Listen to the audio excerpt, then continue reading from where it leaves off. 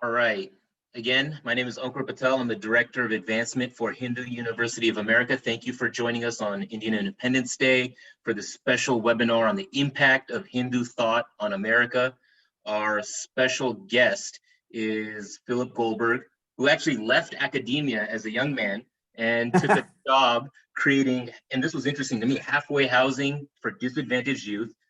He was searching for answers to the big questions, as are all we, and preparing, and you used a different phrase, but I said you were preparing for the life of a writer.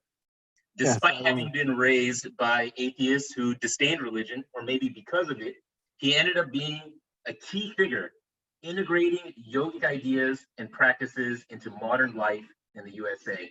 He started researching this phenomenon in the 80s and quickly realized that its impact was bigger than he thought. But it wasn't until 2005 when the karmic currents brought Philip and Random House together, and in 2010, America Veda was published.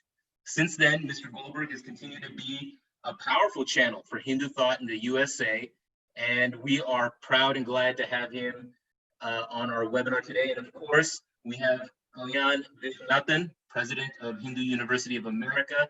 I don't see him on his video, maybe just audio. There we go. I'm here now. There we go. And this is going to be an opportunity to dig into a lot of big ideas on Hinduism in America and where Hindu University of America, I think, fits into that. But we're going to go into some background, some history, and I'll hand it over to Kalyanji to frame the rest of the webinar. Thank you again for being on today. Okay, terrific. Good morning, everybody. So we're just around the 100 mark in terms of people joining. So let me begin by posing a question in the chat window. It should be a familiar question for everybody. So this is for all panelists and attendees. Where are you from right now? Where are you joining from? Just type in your answers, and Phil, take a look at the chat window. You can start to tell where people are. Peoria, San Jose, Des Moines, Winchester, Dallas, New York, North Carolina, Seattle, Syracuse, Collegeville, Phoenix, Pomino, UK, Charleston, Columbus, Saratoga, Vermont, Colorado, Pleasanton, Los Angeles, Austin, Houston, New York, Tucson, okay, Colorado Springs. Okay, good. So great. So we have a diverse audience. We've crossed the 100 mark. We're now at 106. So that's good. We need two more to make it 108. 109. We just crossed 108. So. Okay. So 108, by the way, is a very, very important number in the Hindu world. And it also happens, of course, that if you take the distance of the Earth from the sun and divide it by the diameter of the sun, you get exactly 108 to the third or fourth decimal place. It's just one of those quixotic things, which of course Westerners would say Hindus accidentally found this thing. They couldn't possibly have arrived at it through any scientific process. By the way, Phil, did you know that about the number 108? Yes, I did know that. Okay, terrific. You may have told me. I doubt it. Okay, now let us begin with a little bit of biography, Philip. I just like you to trace for our audience briefly, how you began, in New York City, and how you came about to get interested in, in the Indian spiritual traditions, call it Vedic, yogic, etc., etc. Go ahead, please. I was a student in the 1960s, and in those days, probably not many of you were here at that time, but it was almost as crazy then as it is now. There was no pandemic, but there was Vietnam War, riots in the streets, civil rights movement, and people like me were subject to being drafted into the armed services. I was a political activist But in my personal life, I was just searching for answers to the important questions of life, and they were not being answered to my satisfaction anywhere. I was confused and anxious. And somehow in the mix of all that we came to call the counterculture, where people like me tended to drift, arose the opportunity to read. Books were being circulated. And the first ones that attracted my attention were, for many people, it were things like the Autobiography of a Yogi. To me, that came a little later for me. The first ones were the books published by the Vedanta Society, which is in the Ramakrishna Vivekananda lineage. And some prominent British and American writers like Christopher Isherwood and Aldous Huxley started a press to propagate the ideas of Vedanta that they had been studying. And they made those books very accessible. And those changed my life, along with people like Alan Watts and Joseph Campbell, the people who absorbed the teachings of the Hindu Dharma and framed them in their own areas of expertise, and because they were famous, reached a lot of people like me. And that led me to more original sources. I remember reading the Gita for the first time and looking at the Upanishads. And there was also a lot of Zen Buddhism going around at the time. So all that, was part of the milieu I was hanging around in, and it was transformative. I had, as indicated before, I had been raised by people who had no interest in religion. I thought religion was the opium of people, like most good Marxists. But here was something that didn't fit the category of what we thought of as religion. And it was framed in a pragmatic, rational, philosophical way that pointed to inner transformation through the methodologies of yoga, especially. And that appealed to me. I wanted to change my life. I wanted a new life. And nobody asked me to convert to anything or believe in anything I found difficult to believe in, like, churches and synagogues did. And so it appealed to my restless, independent spirit.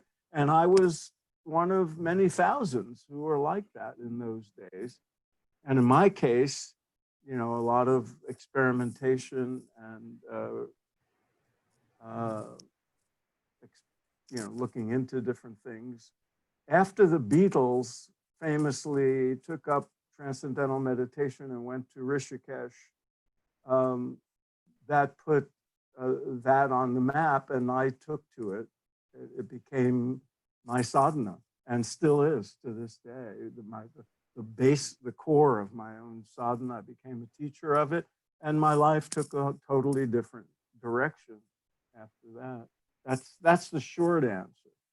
But it suggests, because I was, one of many, many thousands, how it came how these teachings came to penetrate the soil of America. This is one way it happened. So, Philip, that's a terrific beginning, a very personal beginning of your own journey. Now, at some point in time, you got interested in stepping back and looking at the historical sweep of how the Hindu thought, Vedic thought impacted America. And, and you got interested in writing about it.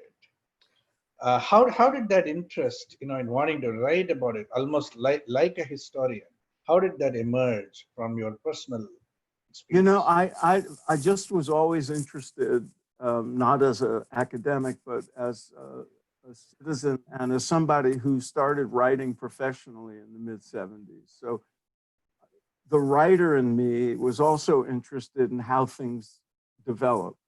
And even back in the late 60s and early 70s, when I was teaching meditation everywhere, I was very conscious of my antecedents. People, I was teaching in Massachusetts, so I was right, near where Emerson and Thoreau first read the Vedic texts.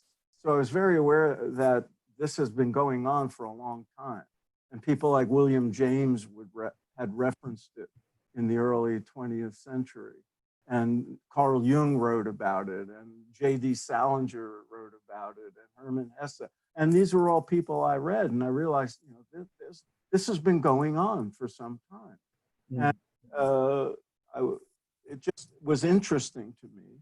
And then as a writer, always, sort of looking for subject matter, subconsciously anyway, in the 80s, I started to see, these teachings have had a bigger effect than people realize, because by then there'd been a lot of scientific research, and doctors were recommending yoga and meditation and mindfulness practice and all these things that had Indian roots.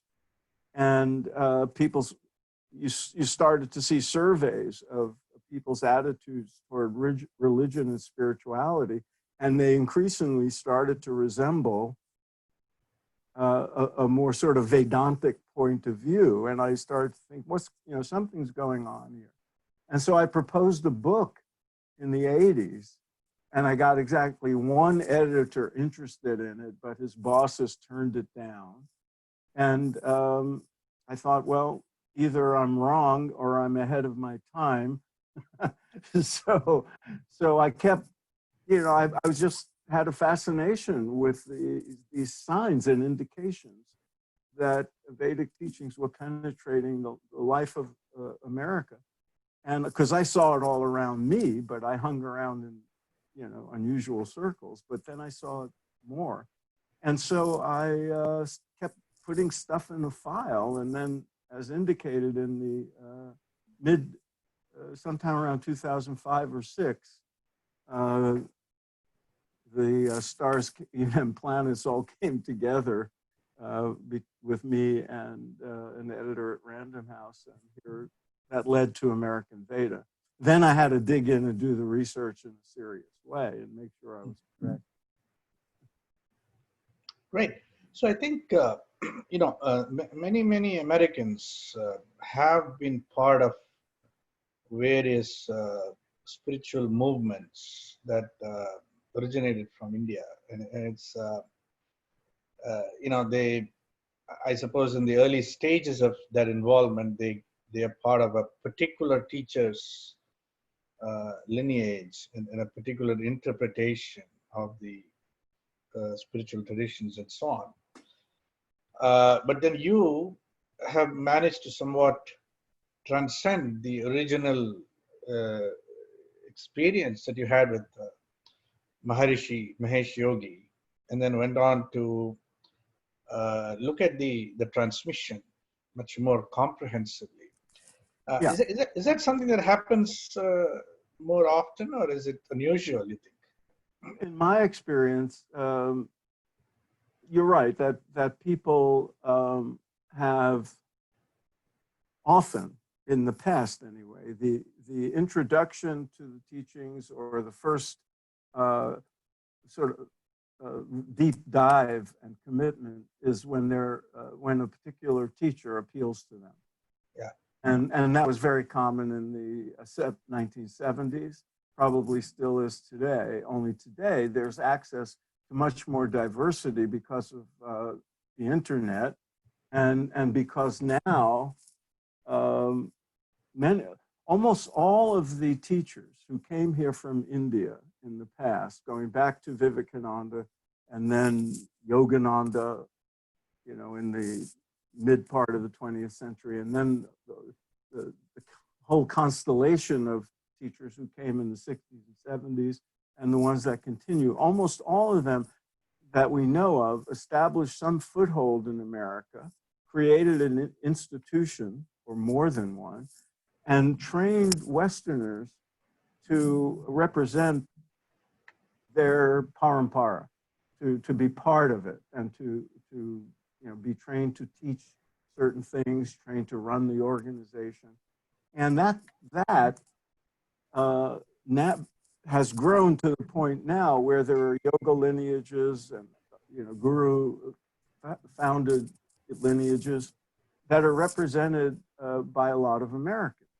And so some people now find their way in because some American teacher taught them something, or in a yoga class, or in a lecture on, in Sri Ravi Shankar's lineage, or, any of these things. So it's now a little bit more eclectic, but yes, that happened. But to answer your question, I think it's also true that many people stay in a committed relationship to either a guru or the lineage and the set of teachings, and they're perfectly content. And others start to explore more widely beyond that.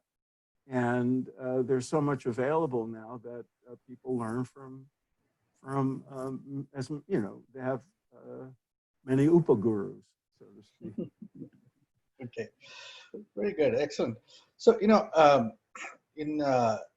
I might add that in Hindu University of America, one of our goals and objectives is to try to represent as much as possible the many different traditions and sampradayas and paramparas that have emerged from the Vedic roots in India, in a way that doesn't get us committed to one particular lineage or teacher. And I think one of the things we find very exciting about your work is that you have also, in a similar way, transcended that original lineage. Yes, but I remain, very much. I feel very much a part of it, and it's still very important to me. And I think, all the great teachers would acknowledge, the immense variety that Hinduism represents. I mean, that's one of the things I'm constantly telling people is the diversity is extraordinary. And, people have no idea how diverse and the teachings are because they get it from one source. That's right. I think that's it. That's Hinduism. And no, especially if you go to India. And I say you see diversity of teachings within any household in India. People have their different Ishtadevatas and different and that independence, that acknowledgement of the individuals, each individual finding his or her own path, and the teachings and practices that work best for them and their particular constellation of karma and their personality and so forth. That was one of the things that appealed to me in the early days of my own searching. No one was asking me to conform or pledge my allegiance to something. The individuality of the spiritual quest is acknowledged in the Hindu tradition, and this is one of the things that Americans find very appealing. Terrific. It kind of resonates with the individualism and the freedom of the individual, so to speak. That yes, and the freedom of choice and the acknowledgement of our own individual discernment and terrific. So now you ended up writing this extraordinary book called American Veda. Now, it's it'd be a good time to announce that Philip Goldberg will be teaching a course in the fall quarter, starting late September at Hindu University of America. That's more or less based on his book, American Veda. Now, Philip, I want to reflect a little bit on the word American Veda versus the word American Hinduism, and Yeah. I know that in the spiritual but not religious communities that have emerged in America, there is a certain ambivalence about the word Hindu. And even within the Hindu world, there is the same kind of ambivalence. So today it is like there is an almost an imagined opposition between religion and spirituality, where one is very proudly spiritual, but not religious nowadays. So can you speak to that, and in particular, giving the title American Veda to your book? What were the issues you were dealing with? It was so complicated, and every page of that book, perhaps, has a point of where I had to wrestle with the language because these are such complicated issues. Actually, just to be honest, some of the problems I had with the title came after the book was published, and I got angry emails from people in India saying, "How can I say Veda is American?" It seemed like a form of colonialism to them which is ironic. We should be mentioning this on Independence Day, but and I had to always explain to them, please read the book and you'll know that was not the intention. But the when to use the word Hindu, when to use Veda or Vedic, when to say Indian, when to say yoga or yogic or Vedantic. These were terribly hard choices. And you realize, like I did doing the research and talking to people about this, that's, I learned how complicated these terms are even in the Hindu community and in India. And how ambivalent many Indian people born into the Hindu tradition, feel about the word Hinduism, which is, sort of a Western imposition on Sanatana Dharma. And I always understood Sanatana Dharma.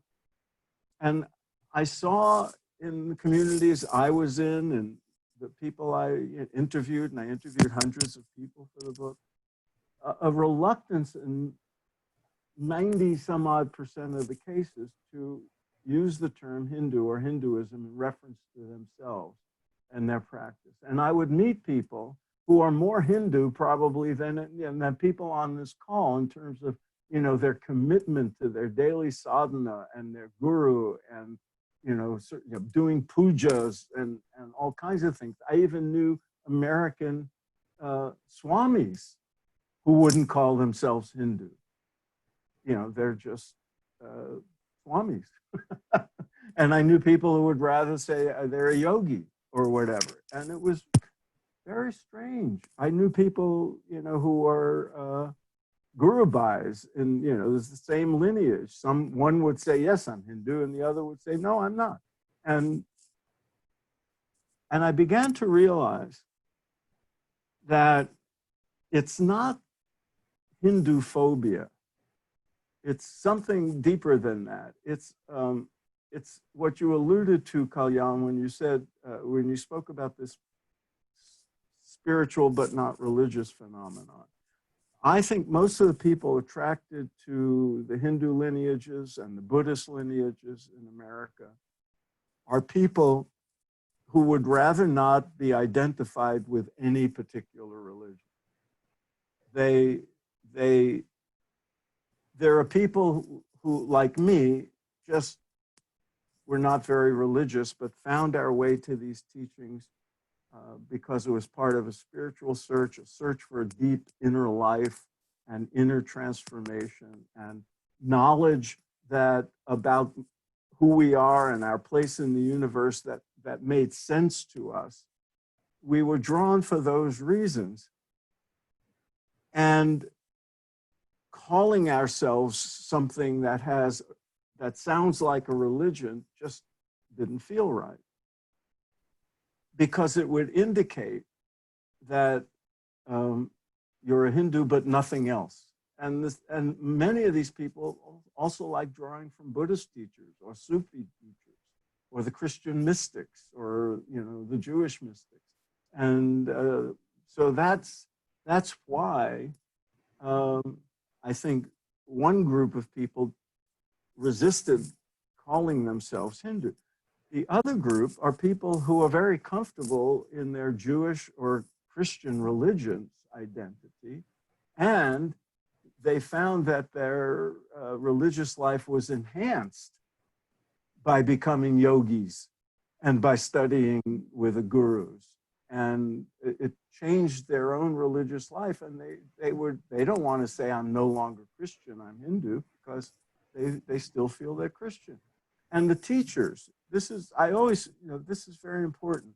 Vivekananda didn't start the Hindu society. He started the Vedanta society. And there must have been reasons for that. Yogananda came here, and both of them represented Hinduism at a conference when they first arrived. That's what brought them here. But I wrote a biography of Yogananda. We're now on the 100th anniversary of his coming here, and his first talk was called "The Science of Religion." And just as Vivekananda did in 1893, he did in Boston in 1920, presenting the tradition not as a religion you had to convert to, but something that could enrich your life, even if you're a Christian or an atheist or whatever, because it was framed in a rational and empirical and scientific framework. And that's what appealed to Americans. So Yogananda started the Self-Realization Fellowship, not the Hindu Fellowship. Maharishi Mahesh Yogi, when he became famous, it was transcendental meditation. He wasn't teaching religion. He was teaching them primarily a method. He didn't call it Hindu meditation. Satchidananda didn't start the Integral Hindu Institute. It was the Integral Yoga Institute. So people the gurus themselves used terminology that wouldn't threaten people who might otherwise think they were being asked to convert to some foreign religion, right, that it was being imposed on them. And this was a strategic choice that I think some people I know criticize and feel, no, they should have been, standing in the name of Hinduism. But I don't think we'd be here talking about it if that were the case. I don't think Americans would have been drawn. There would have been some more resistance if it had been framed in religious language. And we unfortunately think of Hinduism as just another religion like Islam and Judaism and Christianity, whereas it's qualitatively different. Right. And I think people are coming to understand that, and the work you're doing is part of that. And if I may, the presence in America of American citizens who were born into Hinduism or who are of Indian descent is also helping that process along. And now we have a vice presidential candidate whose middle name is Devi. That's right. Kamala Devi, it's a name. Now, Phil, one thing that this conversation brings up is that when you look at the word religion, it is not a word of Indian origin at all. Right. It emerged in the crucibles of the interaction between Christianity and ancient Greece and Rome. And, what I understand was an old Latin word called religio. Right. Then transformed into religion. And then. And what did religio mean? To bind back to your source. Right. And the hardening of the word religion, into something not only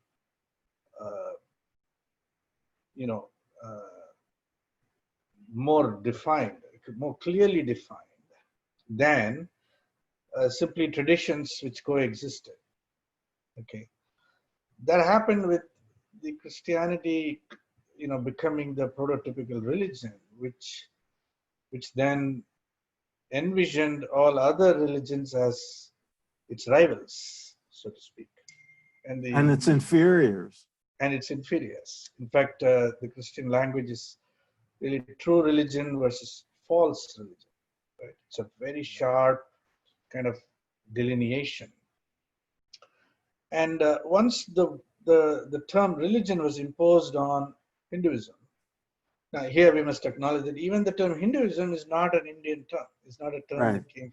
So you're dealing with two terms, one called religion and another one called Hinduism, both of which are exonyms that originated outside of the Indian world. Right. And then this categorization, first of all, the naming of the Indian traditions, spiritual traditions and religious traditions as religion, as Hinduism, and categorizing it as religion, and now all we have left with is the language. We can only talk about religions and spirituality and so on. So we are stuck inside a language system, an ontology that immediately creates oppositions and fissures and complexities that don't really exist in that world. And this is Exactly. one of the great difficulties in communicating about this. Yes, it is. And then you have the power dynamic of, the dominant colonial power running institutions in India that, added to all of this. And I think one thing people, this split now that you see, especially in the West, of I'm spiritual, but I'm not religious, or, talking of spirituality as something apart from religion. If you did a Venn diagram, there would be many, many people who identify with a religious tradition and are also very deeply spiritual. We know that. But then there's this separation. It's a useful separation given the way, conventional religion in the West has come to present itself as belief systems and dogmas and rivalries and all that. So people don't want to be part of that, but they have a deep yearning for a meaningful spiritual life. And if you, excuse me, if you look into the population that identifies or is categorized as spiritual but not religious, you will see that the overwhelming, if in that group, those who take their spiritual lives seriously, the bulk of them, if they have a sadhana, they're doing something that originated in India. They're practicing some form of meditation or something that derives from Buddhist mindfulness, from Vipassana.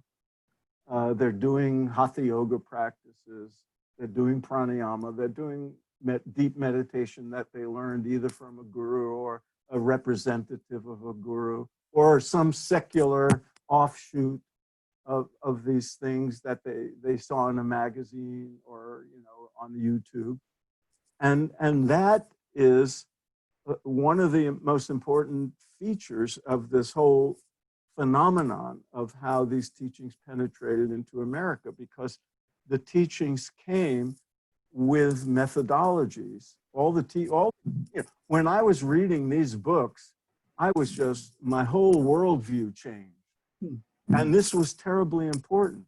But that very worldview said, these are not just ideas. These are not just philosophical principles. These can be lived. And you live them by incorporating into your life these practices that also derive from this tradition.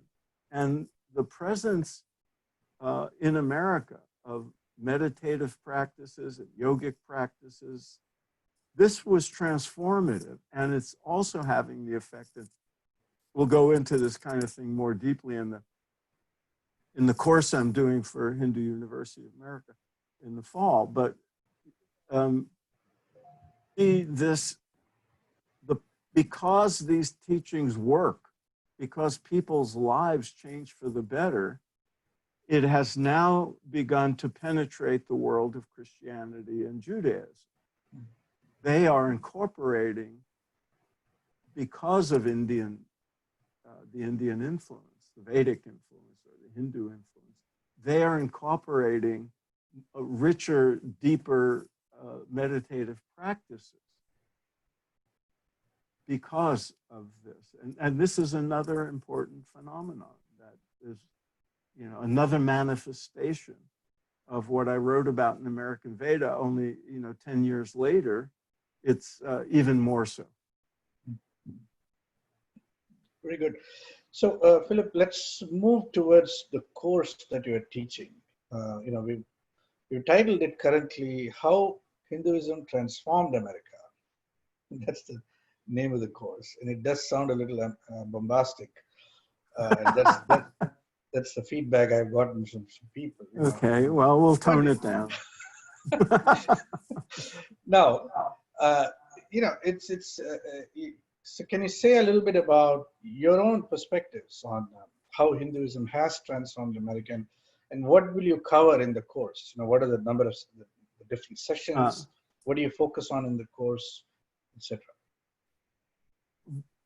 Most of the course will be, it'll be different from the book, because a book is 350 pages. And here we'll also have the opportunity, I should add, to bring in audios and videos of some of the major players in the story. So, which obviously can't do in a book. So we'll hear and see many of the great teachers who were responsible for bringing the teachings into America. Actually, Vivekananda is the only one for whom we don't have at least audio recording, and some of the Westerners. So I'll go through the history, but it won't be chronological. I'm going to talk about the ways the teachings, and I emphasize teachings because of the variety, entered into America through the various teachers who came, and we'll profile the major ones and talk about their particular contributions, and also significantly the challenges they faced, because every one of them, especially in the early days, faced religious bigotry and enemies and racism and all kinds of opposition. And that's an important part of the story.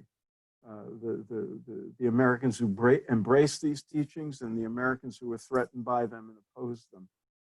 So we'll go through the various gurus and sampradayas that were represented here in the States and how that came to be.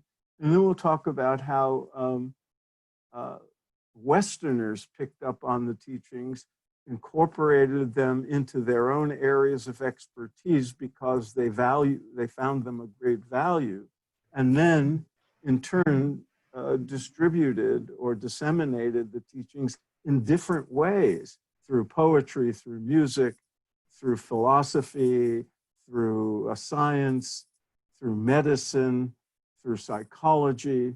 All of these people with their areas of expertise,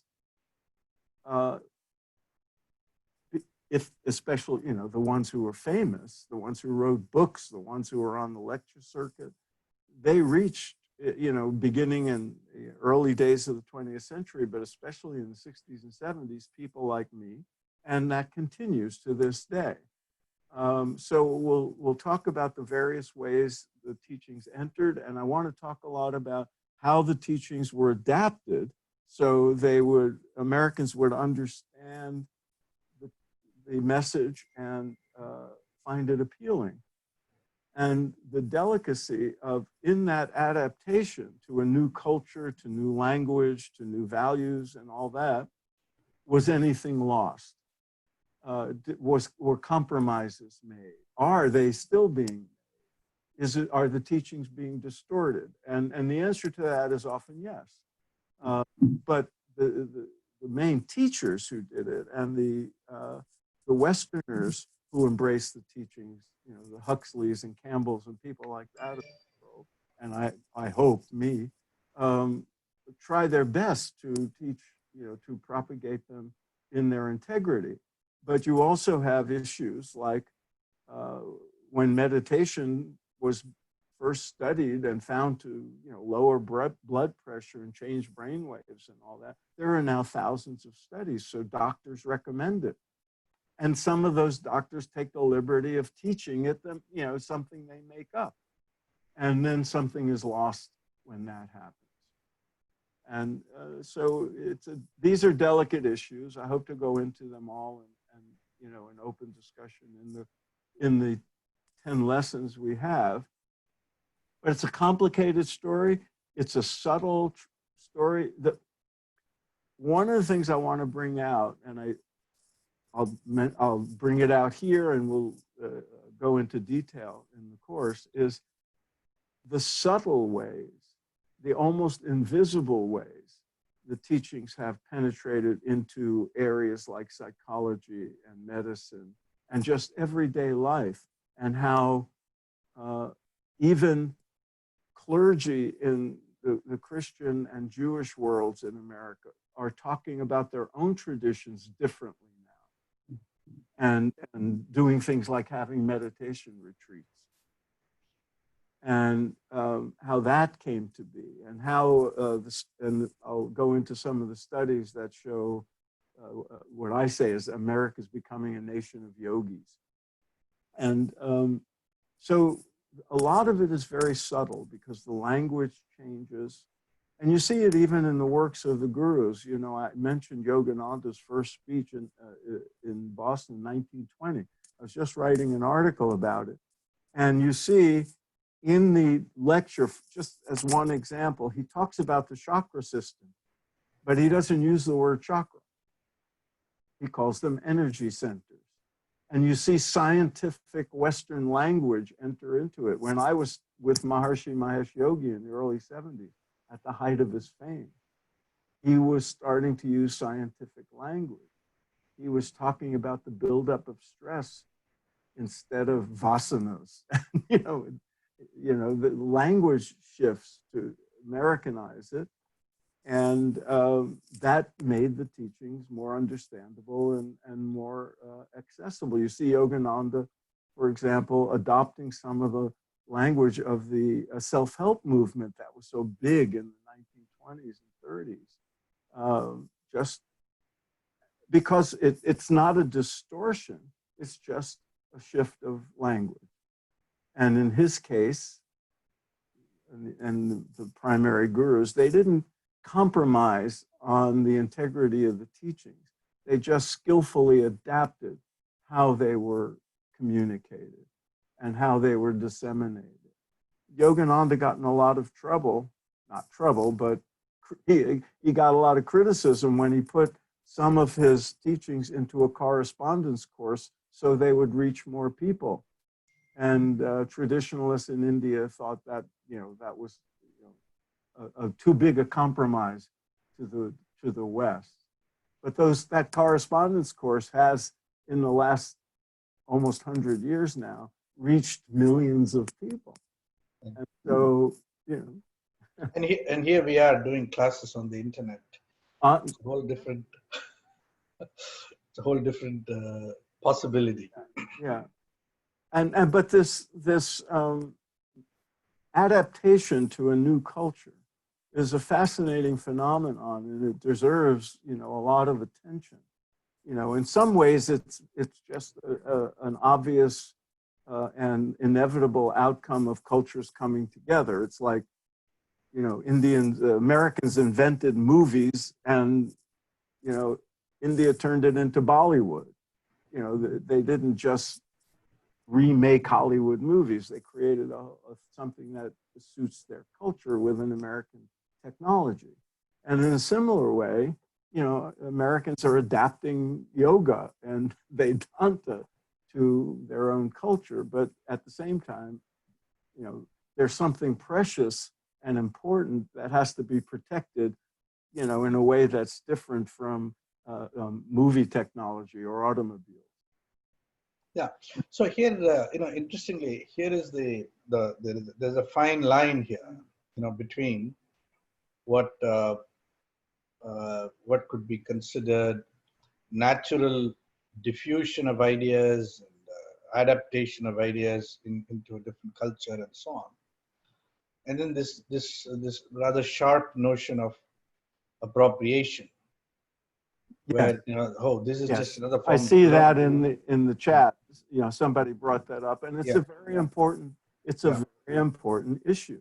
right. And So now, just to sort of say one more thing about that is that it's again, these issues can be polarizing in the sense, you get one group which defends the cultural appropriation as a natural and inevitable process, as certain thoughts by and practices by virtue of being universally applicable naturally diffuse around and get absorbed into the world human ecosystem. And then there are those who say, oh, this is terrible, should not happen at all. It's some kind of just like the colonialists appropriated an enormous amount of wealth from India, they are now appropriating the knowledge of India and transforming it into their own knowledge systems and so on and so forth. So how do you position yourself across this polarized conversation? Okay, yeah, and will you be addressing it in your course? yes, we have to address this, and the course is terribly important. I've been criticized as defending cultural appropriation and other terms that are used for the downside of this. But no, I understand both points of view, and the issue of appropriation is a terribly important one, and it needs to be called out when it happens in an egregious way, and I do. But there's fine lines to be drawn between what is an appropriate or understandable or even skillful form of adaptation to a new culture and what is essentially, stealing or appropriation. And it depends on a lot of things, and it's not just who does it. It's not just if a Westerner does it, it's appropriation. Whereas if an Indian-born person does the exact same thing, then it's not appropriation. That's to me not a discerning way of looking at it. And to me, the most important way of looking at it is, are the teachings, when they're adapted, being distorted? Are they being diluted? Are they being corrupted? And you know as well as I do that Indians can do that too.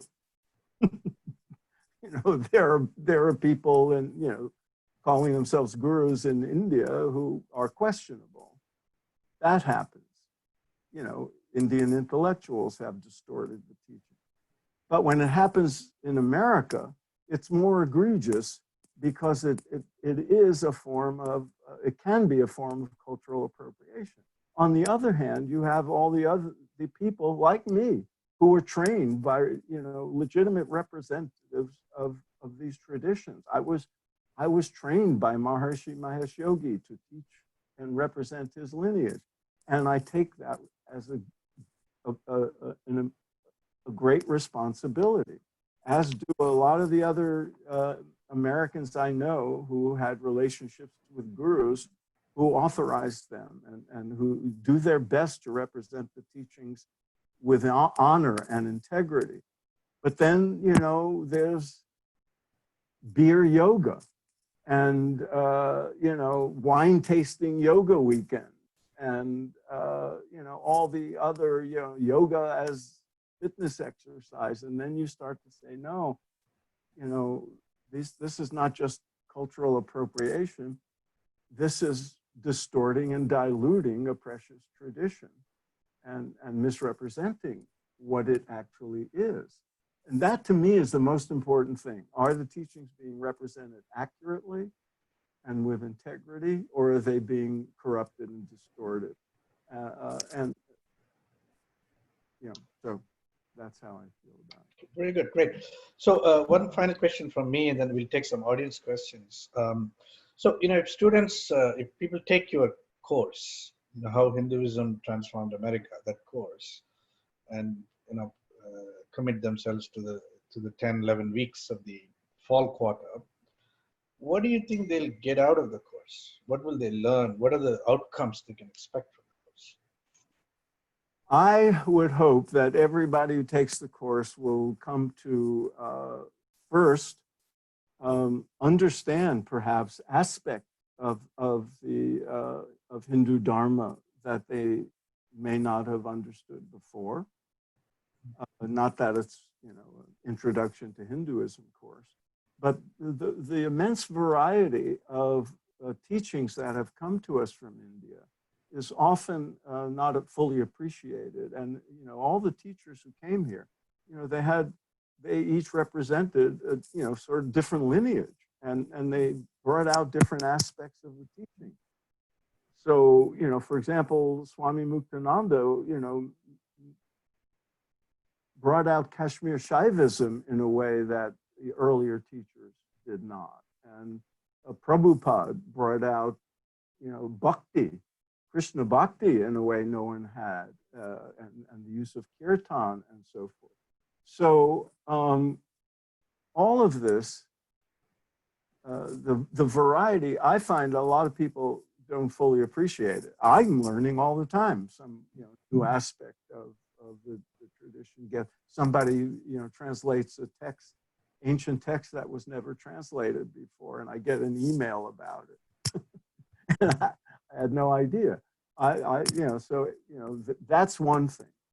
But also, especially for people who now live in America and were born here, I think they will come away with a deeper appreciation of how much India has contributed to various institutions in American life, and especially to the spiritual and religious landscape that they are now part of.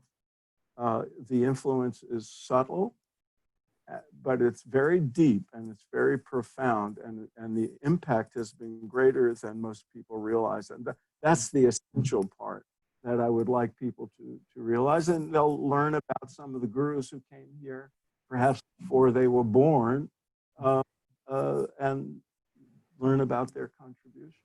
Yeah, and I think it would be fair to say that for people to participate in your course with an open mind, they'd have to sort of suspend any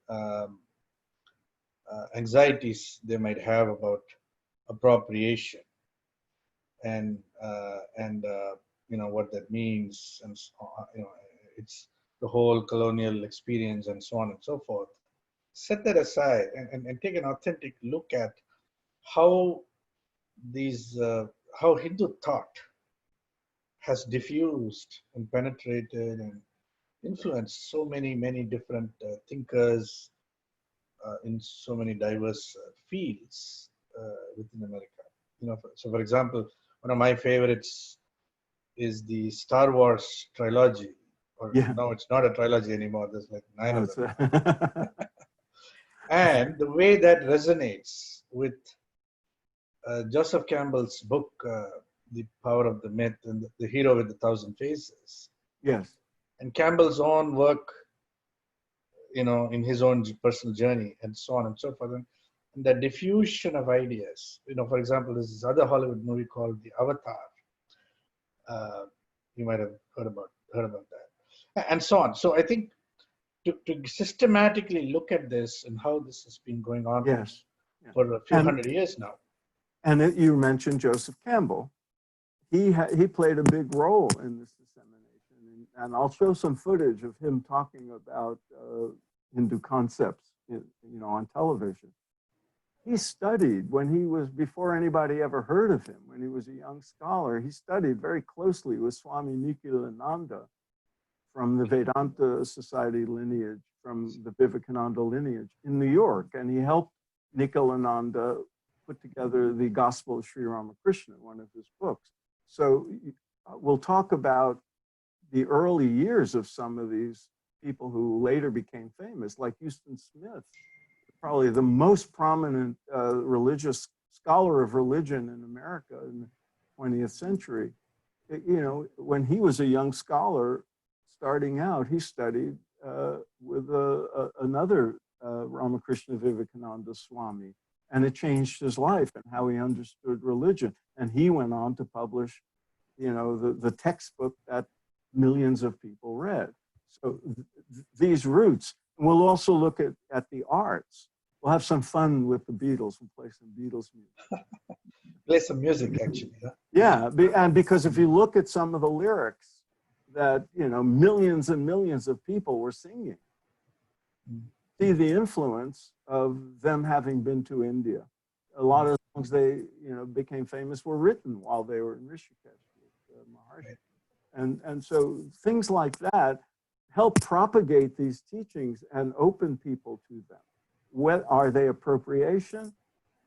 I mean, there will probably be the question of what's appropriation and what's an acceptable form of adaptation. There are going to be arguments for that for hundreds of years, and some of them won't be settled. But one of the questions we have to ask is, you know, or things we have to be careful about is not to just, you know, sort of automatically dismiss something as appropriation, nor should we just automatically say, hey, you know, these are universal teachings, do anything you want. You know, that is also not acceptable. So we have to be very discerning about these things on a case-by-case basis. Terrific. So let me offer a message to all the participants in the webinar. You know, today is India's Independence Day, when it got out of the British yoke after a long struggle. And it's also a day when we are looking at the impact of Hindu thought on America. Also Sri Aurobindo's birthday. That's right. It's also Sri Aurobindo's birthday. And you know, coincidentally, it is the birthday of my teacher, Swami Dayananda Saraswati of Arshavidya Gurukulam.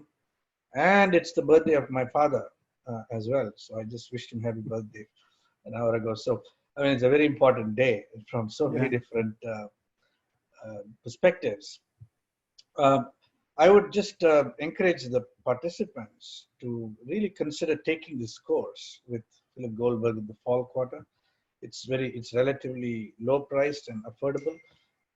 And I think it'd be a terrific journey to explore this whole realm with Philip Goldberg. And frankly, I'm also looking forward to learning from the participants, you know, who will know things I don't. Yeah. Okay. So we'll open up for some questions, and, you know, not for comments. Okay. So kindly, if you have a question, could you kindly type it in the chat window, and we'll take as many as possible in the available time. Okay.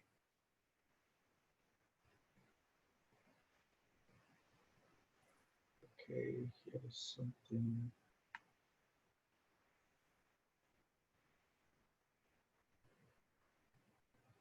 The Q&A box also has a lot of questions. Oh, the Q&A box. Okay, Ankur, why don't you position the questions for Philip? Okay. All right, I'm gonna have to. Oh, yeah. So let me do it. Okay. Yeah. Let me do it. You're leaving. Thank you. Have a good rest. So when Swami Vivekananda came here, India was a slave nation. He could never propagate Hinduism by calling its name. But now India is a powerful nation, a growing economy. Under Modi, it is resurgent and resilient. Now, would you be willing to change the name of the book, or your next book borrow his name, Hinduism? I don't know the answer to that. I remember when American Veda first came out, I had conversations with people asking me to use the word Hindu more. And I said, I'd be happy to. You help me by changing people's understanding of what Hinduism is. So when I use the word, people don't just think I'm, you know, sort of a missionary trying to convert them to a new religion. Right. And so I think it's an ongoing effort to educate the Western public about what Hinduism really is, and overcome the misconceptions and prejudices and the colonial vestiges, that are attached to the term. And so I would love to be part of that effort. Whether I would change the title of the book, somebody would have to convince the publisher that it would sell. So it's not just me. Right. So, Okay, so here is a question. Could we hear some actual components of the research you did and your findings? It would be useful for the webinar as a knowledge-based prelude to the course. I'm sorry, I didn't understand the question. The question is, could you share some of the actual research that you did in developing the book as well as the course that you're offering? Yeah. One thing should be understood. I'm not an academic. And I always joke with my academic friends, many of whom use the book in their courses, which is, I consider a great honor. I joke with them that I'm not an academic, so therefore you can actually read my book. And I come at it as a writer primarily, and as a participant who is deeply immersed personally in these teachings, and who loves India and takes tour groups to India. So it has a deeply personal, and as a professional, I come at it as a writer, as a journalist, as opposed to doing academic work. But most of my work, in addition to the obvious of reading a ton of literature, is by conducting interviews. So for American Veda, I interviewed 300 or 400 people who are in some way connected with the teachings in America. I talked to every guru who I could, who was alive. I talked to the representatives of each of the lineages that have established roots in America, and did in-depth interviews. From my biography of Yogananda, there weren't that many around. So it was a different kind of research. It was digging into documents and that people hadn't access to before, and that sort of thing. So it's a variety of methods, and I just hope I do my best to get it right, to be accurate in my presentation. Yeah, it's great. So here is another question. How do we get past the prism of the caste system that most Westerners view Hinduism with and get turned off? Yeah. How have you dealt with it, for example? I've had to, explain.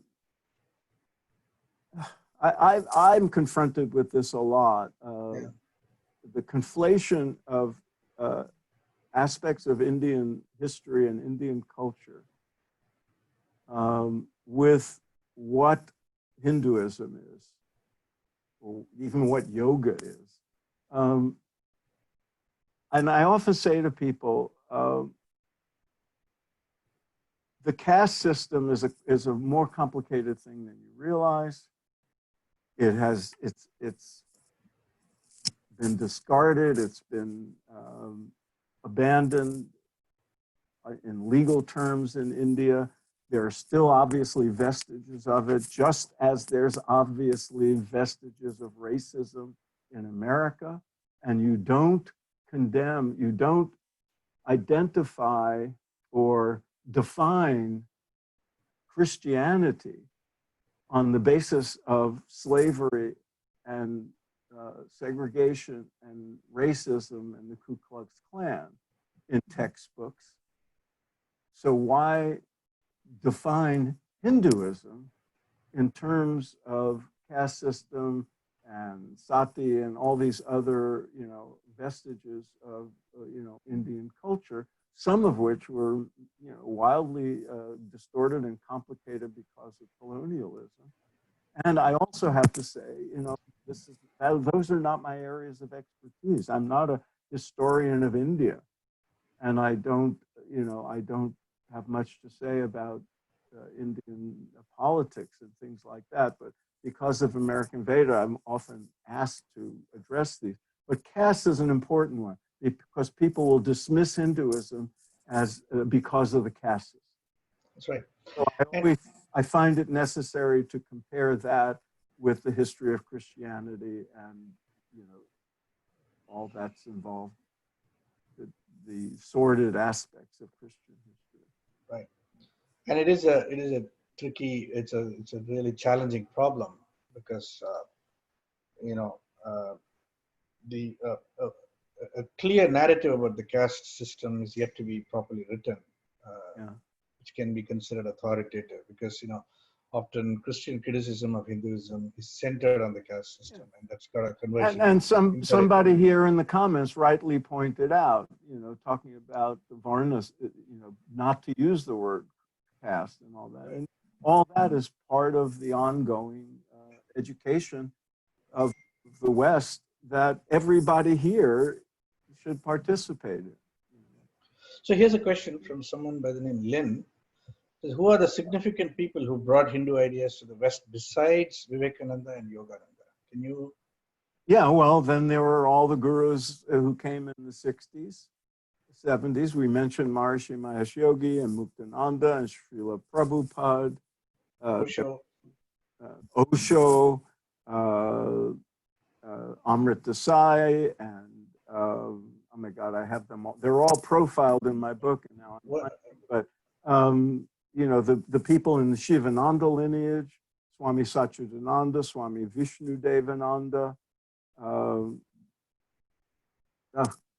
many gurus who became well known in that era, and then the ones who came later, like Sri Sri Ravi Shankar, Sadhguru, Amaji. So there's, you know, dozens. And of course, I don't know if you mentioned. And I should say, one of the things we'll do in the course is talk about the contributions, and this being Aurobindo's birthday, it reminded me, the contributions of some of the great masters of India who never came to the West, but have had a big impact on America anyway because of the people who studied with them and represented them. So Sri Aurobindo has had a huge impact. Ramana Maharshi has had a huge impact. Shivananda, Neem Karoli Baba, Krishnamacharya, all these people sent emissaries in one way or another, and they've had a big influence. I know people who count themselves as disciples of Neem Karoli Baba who were born 10 years after he passed. And, you know, so that's also part of the story. And then, of course, there is J. Krishnamurti, who had a tremendous impact on Krishnamurti, of course, who would hate being associated with gurus, but he can't avoid it. He represents the other polarity within the Hindu world, which is, you know, if you call deep tradition as one polarity, the deep repudiation of tradition is the other polarity. Yes, and a lot of the teachers who came here were iconoclasts. They were, some were very traditional, some were very non-traditional. That's a fascinating part of the story. And some were honored in India, and some not so much. So here's an interesting sort of controversial question. You were in Massachusetts.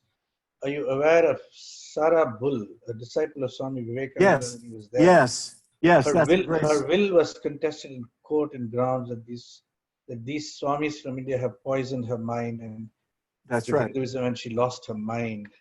That's right. She was a very close disciple of Swami Vivekananda. She came from a prominent New England family and contributed a lot to his early success. And this is another interesting part of the story. There's all these people behind the scenes that helped make the gurus who came here successful and fed them and protected them and gave them places to live and opened doors for them and hosted salons and wrote checks. And most of them were women. And that's an unsung part of the story. Sarah Bull was one of them. And she was very close disciple of Vivekananda. After Vivekananda passed, she would have Vedanta salons at her home in Cambridge, where people would come and study Vedanta. And when she died, well, before she died, in her will, she bequeathed a great amount of her estate to the Vedanta Society that Vivekananda had established. Her daughter contested it after her death and said the Hindus must have brainwashed her, hypnotized her with their mind control practices. And she won. The daughter won in court, and the will was overturned. That's a piece of the sort of prejudice and ignorance that many of the gurus had to deal with. And there were many other things, invented scandals and all kinds of stuff that they had to put up with. It's an interesting part of the story. Okay, very good. Here's another question. Someone is saying, when you came to Dallas some time ago, you had mentioned that you were doing some research on Adi Shankara and maybe writing a book on him.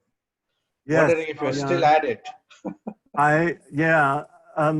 Frankly, that is something I would just love to do, to introduce Shankara to the Western audiences in ways that he hasn't before. I always say, people know who the historic Buddha was, but there's no one like that associated with Hinduism, and the best choice would be Shankara. Last time I took a tour group to India was just this past January and February, and I went to his birthplace for the first time and to Sringeri for the first time. So it revived in my mind my desire to do that. And I hope to one of these days. I mean, to be honest, it's economically not it would be a difficult thing to do because there's so much research involved, and publishers wouldn't necessarily think people would buy the book. But it's something I really hope to be able to do sometime soon. So thanks for making me guilty for not doing it. It's not quite, Philip. Maybe Hindu University of America can sponsor such a thing in the future, right? It's possible. Very good. So I think we have exceeded our time. I'd like to thank all the participants for joining this webinar with Philip Goldberg. And we're very grateful that he's going to be teaching in the fall quarter. I encourage everybody to register immediately for the course. The course is very easily priced, and it would be a wonderful experience to travel down this journey with Philip Goldberg and explore the number of different ways in which Hindu thought has entered and impacted American society, which is a different story than the way Hinduism is thoroughly criticized and distorted in the academic environments. These are two different storylines entirely. And I think it's very much worth exploring this story as well from somebody like Philip Goldberg. Yeah, and there's a lot of overlap there. There are no prerequisites. There are no limits. Anybody can take the course. All you have to have is a curious mind and an open mind, willing to engage in an exploration of one particular dimension of Hinduism, which is the way it has diffused into the Western world. Okay. With that, we will close the webinar today. Thank you all for participating. Namaste, and see you soon. Bye-bye. Thank you for having me. Thank you so much, Philip. Thank you.